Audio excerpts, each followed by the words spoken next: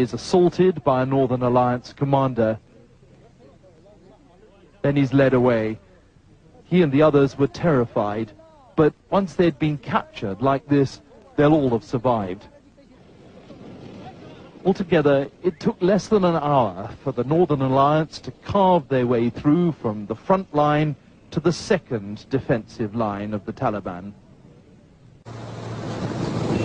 As we drew nearer to Kabul, the grim evidence of battle. These were former supporters of the Northern Alliance who'd switched sides and joined the Taliban. No mercy for them. Then we saw they'd captured another man. The presence of our camera probably saved his life. He was paralyzed with terror. By now, there were no Taliban left to resist. Then came the critical moment. Would the Northern Alliance simply race on and pour into Kabul itself, even though they'd undertaken not to? The commander in charge was determined not to let it happen.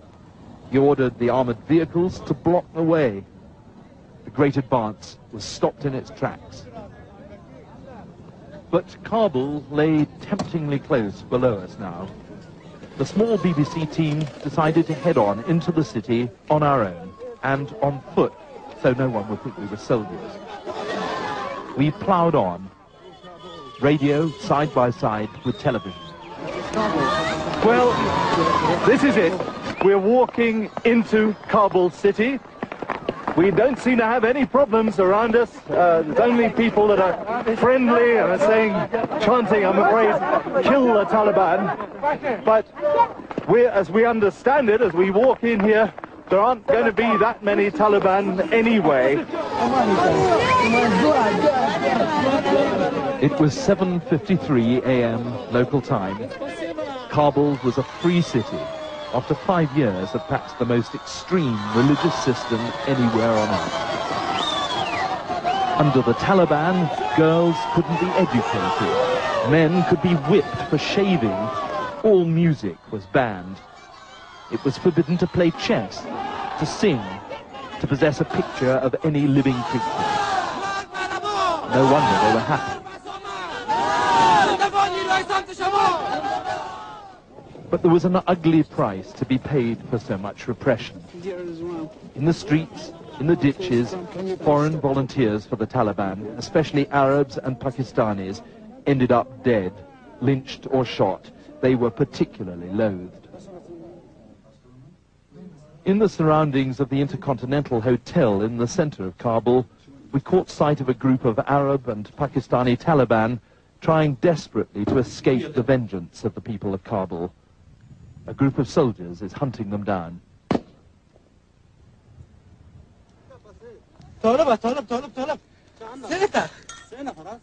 Another one's bringing up some grenades to flush them out.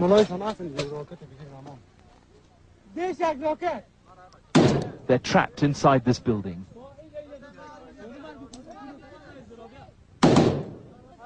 But some local people have caught another one of the Taliban. He's an Arab. They make him call the others to get them to come out and surrender. And eventually it works. They're brought out as prisoners. This man is a Pakistani.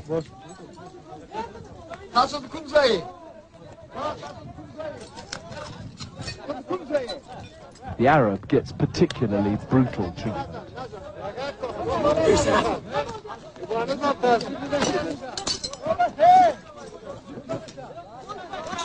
In the jeep, there are other Taliban prisoners. This one is an Arab, perhaps an Egyptian. The other two are Afghans. This is the end of the Taliban in Afghanistan. And with luck, the end of this country's links with international terrorism as well.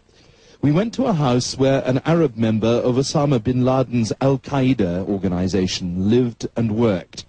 The place had just been ransacked by an angry crowd. We came across some curious items, a document from a Canadian firm that specialized in flight simulators, among other things. Inside, there were explosives on the floor in one room and anti-personnel mines in another. Elsewhere, there was a printing press. The notices on the wall here were all connected with Al-Qaeda, including a training certificate and an organizational chart. Recruits had obviously been taught here. Upstairs, we found all sorts of documents connected with explosives. For instance, this manual in English with handwritten notes in Arabic for blowing up bridges and buildings. There were all sorts of guides about timing mechanisms and booby traps. And if all that's finished now, so is the system which intruded so brutally in everyone's lives. Suddenly you don't have to wear a beard anymore if you don't want to. Shaving is a way of demonstrating your liberation. So is showing your face in public if you're a woman. And there's one thing more. Children can fly kites again. Freedom's in the air here. John Simpson, BBC News, Kabul. The B-52s were still flying high over Kabul yesterday afternoon. Nervously, this broken city and its people waited. There's not much people can do, but where do they go? All they can do is stay at home and hope for the best. That night, my colleague William Reeve was sending a report when this happened.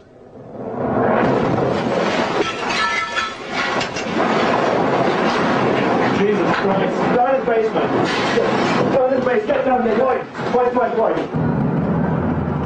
An American missile had completely destroyed a building barely 50 meters from the BBC bureau. With no choice, we all left immediately, fearful that more strikes would follow. Kabul was empty and frightening. We were stopped at this checkpoint by Taliban forces.